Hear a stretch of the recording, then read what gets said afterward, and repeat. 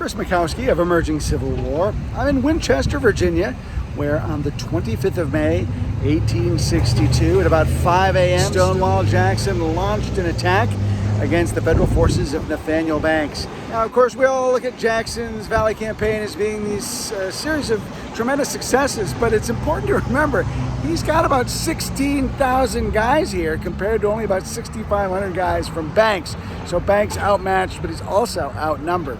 What also surprises me about this battle is that for as crazy as people are about Stonewall Jackson, and you know I'm one of them, there's very little of this battlefield that's preserved, aside from a few markers south of town, which is where the battle took place.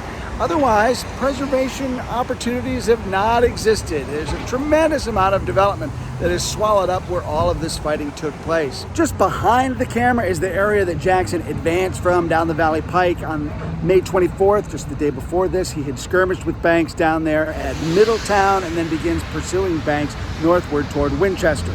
Colonel Gordon's Federal Brigade is going to contest Jackson's thrust. Ewell is going to attack, Richard Ewell's division is going to attack toward the southeast corner of town, and we're going to have Charles Winder's Stonewall Brigade attacking through this direction and then up the Valley Pike.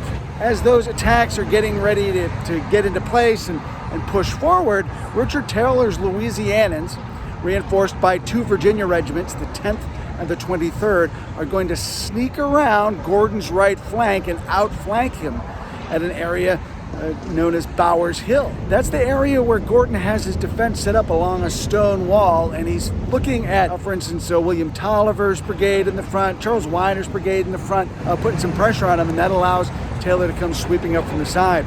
Meanwhile, Ewell is repulsed in his first attack, but he's going to get some reinforcements to come up and push forward as well.